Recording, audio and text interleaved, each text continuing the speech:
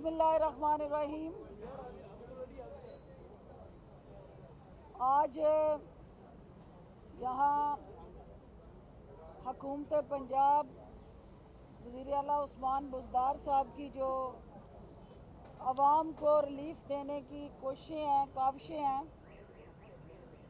उनको अमली तौर पे देखने के लिए मैं यहाँ पे आई हूँ। मीडिया को इसलिए साथ लाए हैं कि मीडिया ये देख सके कि कहाँ कमियां हैं, कोताहियां हैं और कहाँ उसको बेहतर करने की गुंजाइश मौजूद है। जैसा कि आप जानते हैं कि वज़ीर आज़म पाकिस्तान ने इस कौम से वादा किया था कि हम निज़ाम को बदलेंगे। इस निज़ाम के अंदर जो आवाम का खून चूसने वाली सबसे तरोताज़ा और सेहतमंद जोंक जो है, उसका नाम पटवारी था। और उस पटवारी सरकार के अंदर जो आवाम का इस्तेहसाल होता था, उसके अंदर करप्शन और करप्ट प्रैक्टिसेस का ख़ात्मा करने के लिए निज़ाम को बदलना वक्त की अहम तरीन ज़रूरत थी। और वो निज़ाम जो है वो बदलने के लिए टेक्नोलॉजी ही एक वाहिद ज़रिया और हल था। डिजिटल पाकिस्तान और डिजिटल पंजाब का जो नारा पीटीआई की हुकूमत ने लगाया, सबसे अहम तरीन महकमा रेवेन्यू के अंदर उस डिजिटलाइजेशन को मुतारफ़ कराना जुए शीर लाने से कम नहीं था, उसके मुतरादिफ था। क्योंकि एक कई दहाइयों पे मुश्तमिल, बल्कि कई सदियों पे मुश्तमिल जो निज़ाम था, जो रोज़नामचे से जुड़ा था, जो पटवारी के बस्ते से जुड़ा था, जो पटवारी की सोच से जुड़ा था, उसको बदल के एक डिजिटलाइजेशन प्रोसेस के ज़रिए ट्रांसपेरेंसी को इंश्योर करते हुए तमाम रिकॉर्ड को कंप्यूटराइज करना, फिर उन कंप्यूटराइजेशन के बाद आवाम को उस कंप्यूटर तक रसाई देने के लिए स्ट्रक्चर बनाना, ये ऐसा मुश्किल काम था और मरहला था कि जिसके लिए हमें ना सिर्फ पहले से फील्ड में मौजूद जो रेवेन्यू का स्टाफ था उसको ट्रेन करना था, बल्कि पैरेलल जो है हमें नया स्टाफ और जदीद टेक्नोलॉजी से जुड़ा ऐसा निज़ाम जो है जिसमें कमिटमेंट भी हो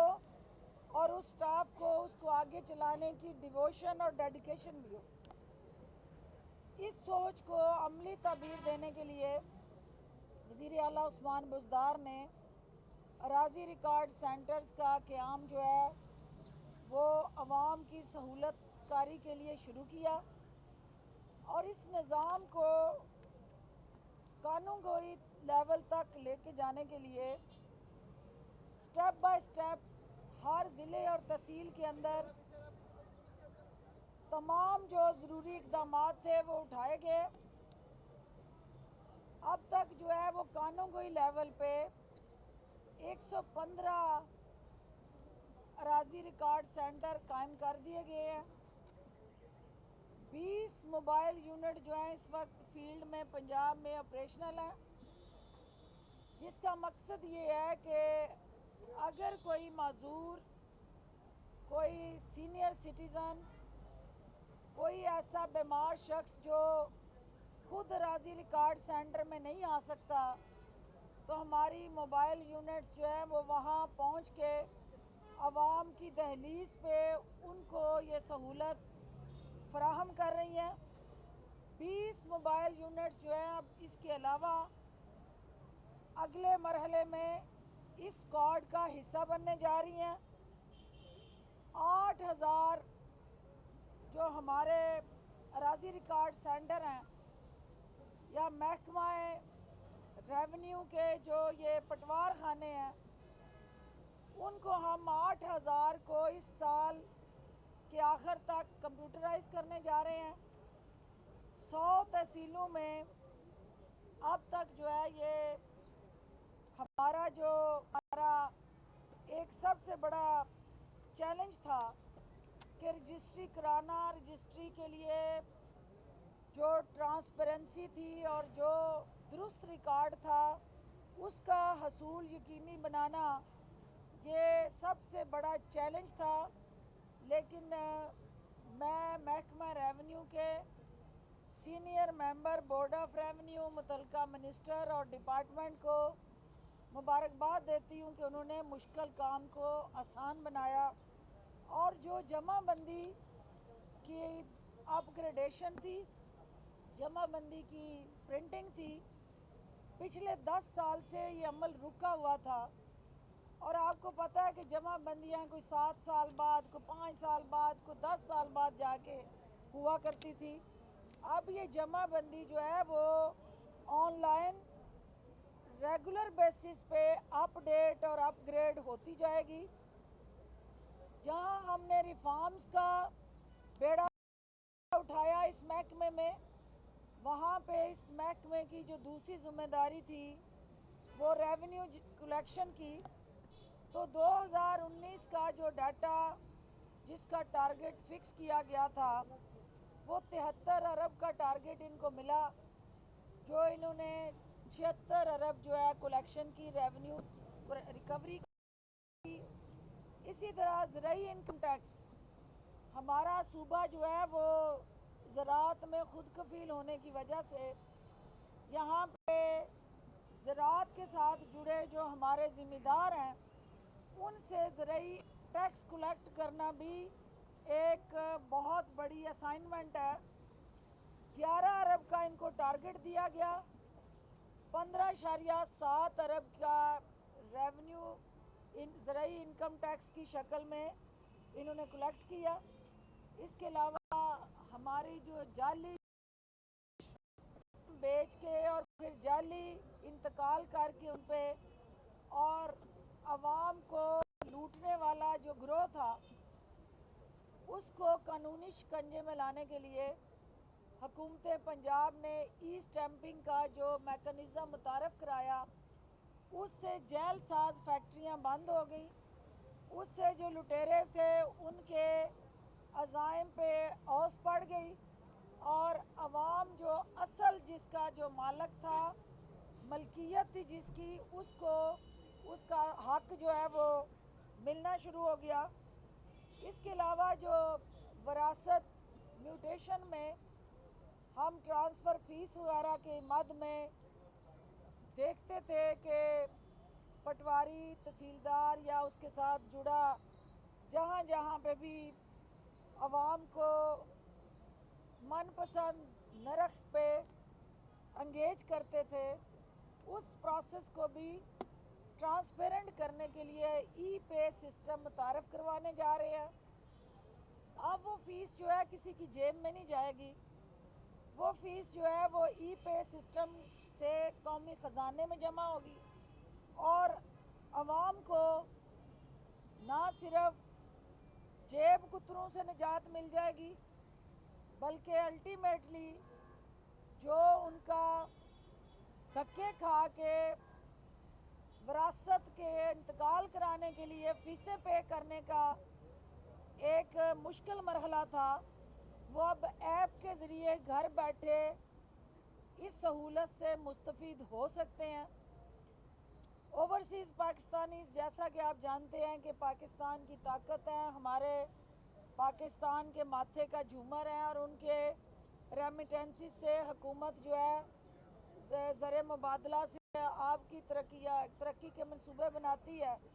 उन ओवरसीज़ पाकिस्तानीज़ को सबसे ज़्यादा शिकायत ये होती थी कि उनका जो रिकॉर्ड है मलकियत का, उस तक उनकी रसाई नहीं है और उन्हें वो रिकॉर्ड लेने के लिए पाकिस्तान आना पड़ता था, धक्के खाने पड़ते थे। वज़ीर आज़म पाकिस्तान की जो ओवरसीज़ पाकिस्तानीज़ के साथ ایک درد اور احساس کا رشتہ ہے اس کو نبھاتے ہوئے انہوں نے 4 ممالک کے جو ہمارے 14 سفارت خانے، اس میں امریکہ ہے، برطانیہ ہے، UAE ہے، سعودی عربیہ ہے، ان سفارت خانوں کو اس سسٹم کے اندر رسائی دے دی ہے کہ اب وہ وہاں جا کے اپنی پراپرٹیز کا ریکارڈ چیک کر سکتے ہیں، متعلقہ ڈاکومنٹس حاصل کر سکتے ہیں، انہیں کہ ان کاغذات کو حاصل کرنے کے لیے تگ و دو کرنے کی ضرورت نہیں رہی ہے۔ اس کے علاوہ جو ہمارا سب سے امپورٹنٹ مینول جو ہمارا ایک رجسٹر ہوتے تھے اور نقشہ جو اوورال ہر پراپرٹی کا سکیچ کیا جاتا تھا، اس کو بھی اب پہلی دفعہ ڈیجیٹلائزیشن کی طرف ہم لے کے جا رہے ہیں، اور نقشہ نویسی کی بجائے اب کمپیوٹرائز ڈیجیٹلائزیشن سے آپ اپنے گھر، اپنے دکانیں، کمرشل پلازا، غرض کے کسی بھی مقصد کے لیے آپ کو اب کسی تحصیلدار یا AC اور DC کے دفاتر کے چکر نہیں لگانے پڑیں گے۔ ڈیجیٹلائز پروسیس سے آپ اپنا نقشہ جو ہے اس کا پرنٹ لے سکتے ہیں۔ اب یہ سارا پروسیس کرنے کے لیے جو سٹاف ہے،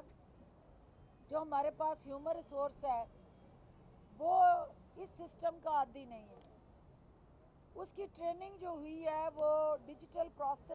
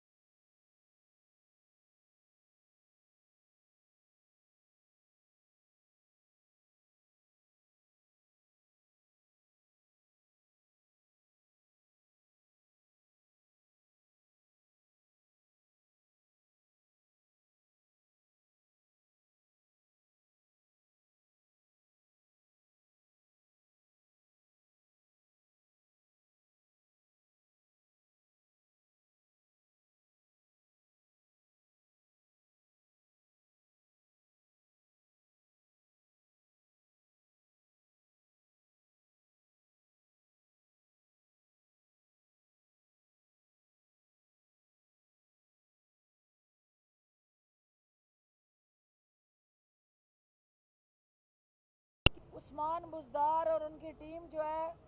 دن رات کوشاں ہے، اور یہ ہے وہ عوام دوست پالیسی کے ساتھ جڑا عملی روڈ میپ، جس کا مقصد معاشرے سے کرپٹ پریکٹسز کو روک کے صاف، شفاف اور ٹرانسپیرنٹ نظام جو ہے اس کو تقویت دینا۔ میں اپنے صحافی بھائیوں سے یہ توقع کرتی ہوں کہ یہ صرف لاہور کے اندر نہیں، دور دراز پسماندہ علاقوں اور دیہات میں بھی یہ راضی ریکارڈ سینٹر جو ہے وہ نیٹ سے کنیکٹڈ ہو کے سیٹلائٹ کے ذریعے لوگوں کو کمپیوٹرائز فرد بھی دے رہے ہیں، اور ہر طرح کا ان کا جو ڈاکومنٹ ہے، جو ان کی ریکوائرمنٹ ہے، وہ یقینی بنا رہے ہیں۔ یہ حکومتی کاوشیں جو ہے میڈیا کی نظروں سے اوجھل ہیں۔ میڈیا میں ہماری سیاسی جو مرچ مسالے ہیں ان کی فروخت تیزی سے جاری رہتی ہے، اور جو عوامی فلاح و بہبود کے منصوبے ہیں وہ میڈیا کی سکرین سے اوجھل رہتے ہیں۔ آج مقصد یہ تھا کہ آپ لوگ آئیں، اپنی آنکھوں سے دیکھیں کہ ہم کس طرح جو ہے وہ تبدیلی کے سفر کی طرف رواں دواں ہے۔ جو دوسری چیز اہم آپ نے آج آتے ہی مجھے پوائنٹ آؤٹ کی ہے، یہ ایک انتہائی میرے لیے جو ہے وہ افسوسناک ایشو ہے کہ لاہور شہر کے اندر ایکسپائرڈ پانی جو ہے اگر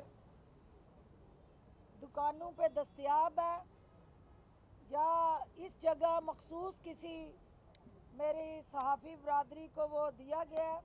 تو اس کی میں خود بھی انکوائری کروں گی، اور میں یہ چاہوں گی کہ یہ آپ لوگ تھے جو پڑھے لکھے لوگ تھے جنہوں نے اس کو ڈیٹ کو چیک کر لیا۔ عام معصوم عوام جو ہے وہ ان تمام حفاظتی تدابیر سے لا علم ہے، آپ کے ذریعے میں ان کو بھی یہ میسج دینا چاہوں گی کہ جو بوتلوں میں بکنے والا پانی ہے اسے کھول کے پینے سے پہلے آنکھیں کھول کے اس کے اوپر ایکسپائری ڈیٹ ضرور چیک کریں، کیونکہ یہ بوتل کا پانی، منرل پانی جس کو کہہ کے بیچا جاتا ہے، اس کے اندر جو ہے وہ حفظان صحت کے اصولوں کی پاسداری اس طرح سے نہیں ہو رہی ہوتی، اور یہ بھی ہماری ذمہ داری ہے کہ ہم عوام کو ان لٹیروں سے بھی چھٹکارا دلائیں، اور اس کے لیے جو ہماری پنجاب فوڈ اتھارٹی ہے اس کا رول جو ہے اور زیادہ مؤثر بنانے کی ضرورت ہے، اور فی الفور جو فوڈ انسپیکٹرز ہیں اور جو متعلقہ ہمارے ڈی جی ہیں وہ اس ایریا کا وزٹ کریں اور وہ دیکھیں کہ یہ ناقص پانی، ایکسپائرڈ پانی جو ہے ان دکانوں پہ کیسے فروخت ہو رہا ہے۔ بہت شکریہ جی۔ ایک تو یہ ہے سیاسی بات، ایک آپ نے کہا کہ پنجاب حکومت کی کاوشیں میڈیا سامنے نہیں لا رہا۔ رات آپ کے ایک ایڈوائزر نے جو کہ ایگریکلچر پر ہیں، انہوں نے یہ کلیم کر دیا ہے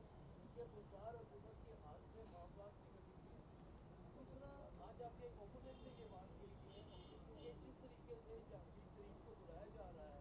وہ طریقہ بزنس مین کو، بزنس کمیونٹی کو مل کر رہا ہے۔ جو آپ کے ساتھی ہیں ان کا نام عبد الرحیم چشتی ہے اور جو اوپوننٹ ہے وہ رانا ثناءاللہ ہے۔ دیکھیں،